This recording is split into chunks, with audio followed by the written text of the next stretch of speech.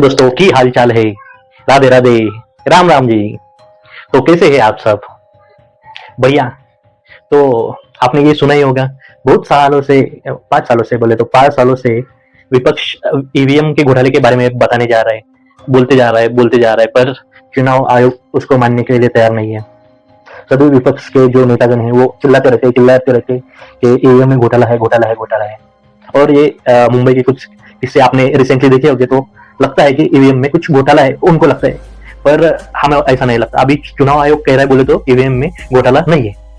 आप इससे समझ है तो आप सब्सक्राइब कीजिए, फॉलो कीजिए और लाइक कीजिए, कमेंट कीजिए और शेयर कीजिए, क्योंकि ऐसे ही निष्पक्षता पूर्वक समझ है तो आप सब्सक्राइब कीजिए, फॉलो कीजिए और लाइक कीजिए, कमेंट कीजिए और शेयर कीजिए, क्योंकि ऐसे ही निष्पक्षता पूर्वक पत्रकारिता के लिए मैं हूँ आपका दोस्त आरजे महेश दत्त, रिपोर्टर, और ऐसे खबरें आपको सुनाता रहूंगा और टेक के बारे में जल्दी ही आपको बहुत सारी जानकारी आपको देखने को मिलेगी। इसके बाद खेती किसान के संबंधी कुछ न्यूज है जो दबाई गई है, वो आप तक पहुंचाई जाएगी। ठीक है, जो हिडन इंफॉर्मेशन है आप तक पहुंचाई जाएगी। तो रिसेंटली क्या हुआ है, लोकसभा इलेक्शन हुआ है, तो महाराष्ट्र में तो कितनी पार्टी है, 6, 8, 10 पार्टियां हो गई, क्योंकि जो 3 थी उसकी 6 हो गई, और 6 और बीजेपी, वंचित, एमआईएम, स्वराज्य प्रहार वगैरह वगैरह बहुत पार्टियां है महाराष्ट्र में।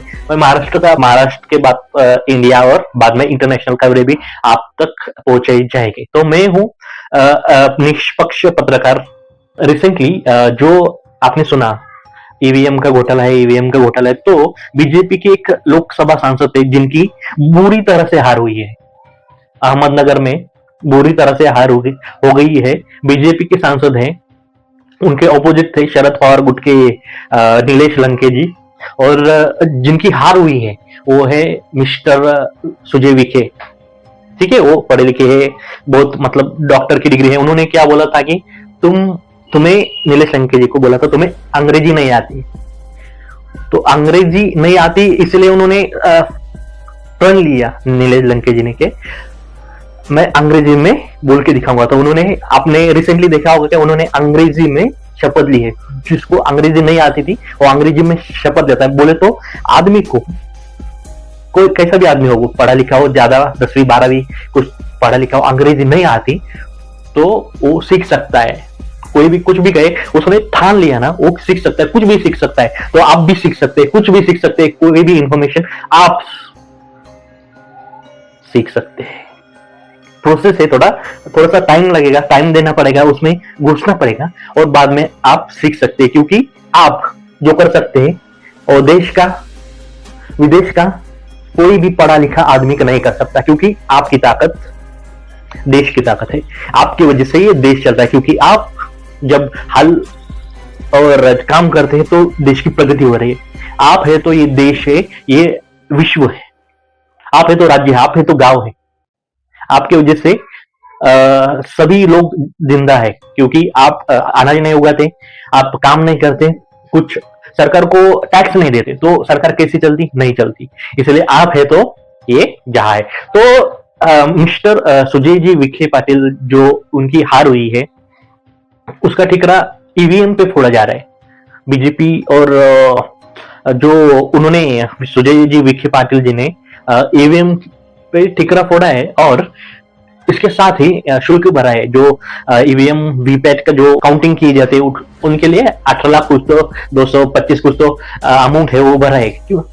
और वो हो जाएगा, रिकाउंटिंग हो जाएगा और ईवीएम सच्चा है या झूठा है ये पता चलेगा। रिसेंटली मिस्टर एलन मस्क, जो आपको पता है, जो फ्री में इंटरनेट या अपने स्पेस में इंटरनेट की सुविधा लाने जा रहे हैं, मतलब कोई भी ब्रॉडबैंड सुविधा की जरूरत नहीं आपको, वायरलेसली आप सब्सक्रिप्शन लेंगे तो आपको फ्री में इंटरनेट दिया जाएगा, या शायद अमाउंट भी चार्ज कर सकते हैं। पर वो ये जो अपना 4G 5G और जो MBPS कम ज्यादा होता है ना, फ्रीक्वेंसी कम ज्यादा होती है, वो इश्यू कम हो जाएगा।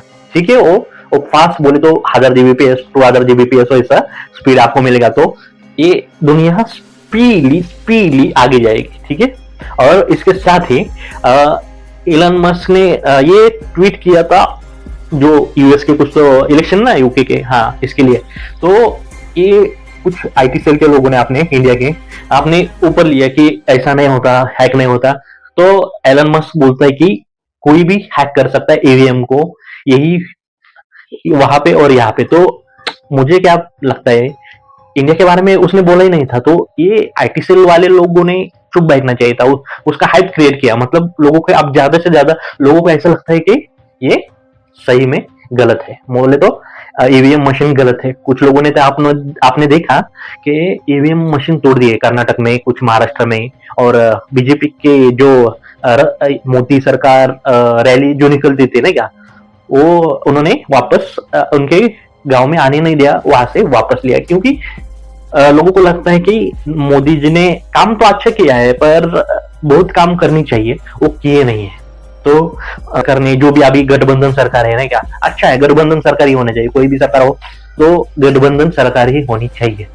गठबंधन सरकार होगी तो देश की प्रगति के लिए अच्छे अच्छे निर्णय लिए जाएंगे। और जब एक पक्ष की सरकार रहती है, एक पार्टी की सरकार रहती है, तब जो हुकुमशाह, जैसे कोरिया का नाम सुना है क्या, सुना ही होगा, तो वहां का जो हुकुमशाह है तो वो क्या करता है, लोगों को हंसने पे भी पाबंदी। बोले तो ये बहुत लोकशाही के लिए हानिकारक है।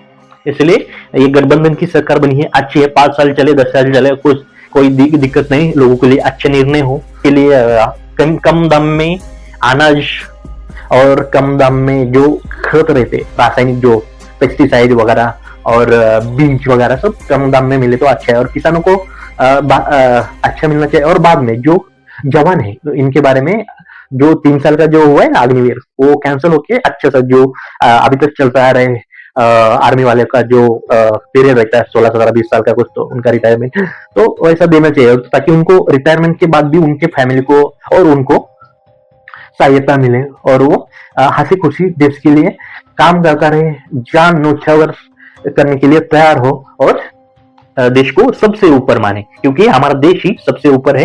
और देश को कौन चला रहा है, हम चला रहे, क्योंकि हम काम कर रहे हैं, हम खेती कर रहे हैं, हम टैक्स भर रहे हैं। मुझे और टैक्स के बारे में एक बात बोलना है मुझे, कुछ लोग ही टैक्स भरते हैं, सही है ना, तो जो टैक्स भरते हैं कभी कभी ठीक है, प्रॉफिट होता है, जॉब है, जब जॉब चली जाए, प्रॉफिट लॉस में चला जाए, तो सरकार ने घर चलाने के लिए, अपना रोज का काम चलाने के लिए, उन्होंने जो टैक्स पेयर है उनको वो राशि फिर से देनी चाहिए। मतलब हम जब टैक्स देते हैं तो सरकार हंसी खुशी लेती है, क्योंकि देश चलाना है। पर जब लॉस होता है या कोई भी नौकरी चली जाती है, जॉब चला जाता है, बेरोजगारी होती है, तो सरकार ने उसको वो पैसा रिटर्न देना चाहिए, और बाद में जितना चाहिए उतना, जब तक जॉब ना लग जाए, घर चलना चाहिए उस व्यक्ति का, क्योंकि उसने करोड़ों लाखों करोड़ों टैक्स आपको दिया है, देश को दिया है, देश को चलाने के लिए दिया है। तो ऐसा रहना चाहिए, मुझे लगता है। आपको क्या लगता है कमेंट में बताना, क्योंकि आपकी राय भी बहुत जरूरी है, क्योंकि अच्छा वक्त कभी आता है, बुरा वक्त कभी आता है, क्योंकि कर्मा के ऊपर डिपेंड है।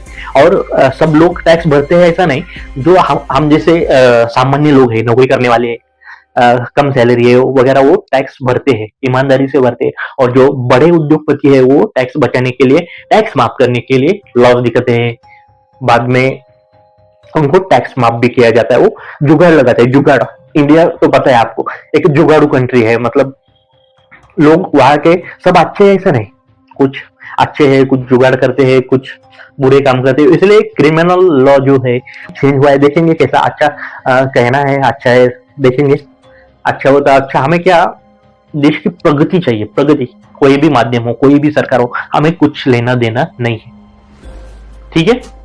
और ईवीएम के बारे में आपकी क्या राय है बताइए, क्योंकि बीजेपी के सांसद ने ईवीएम के बारे में डाउट क्रिएट किया है और हमें रिकाउंट के लिए भेजा है। तो आपका क्या कहना है, ये काउंटिंग होनी चाहिए या नहीं, आपको कमेंट में बताओ। Thank you so much. मैं हूं आपका दोस्त आरजे महेश, और फॉलो करना मत भूलिए, शेयर करना मत भूलिए, और सब्सक्राइब करना मत भूलिए। थैंक यू सो मच, धन्यवाद।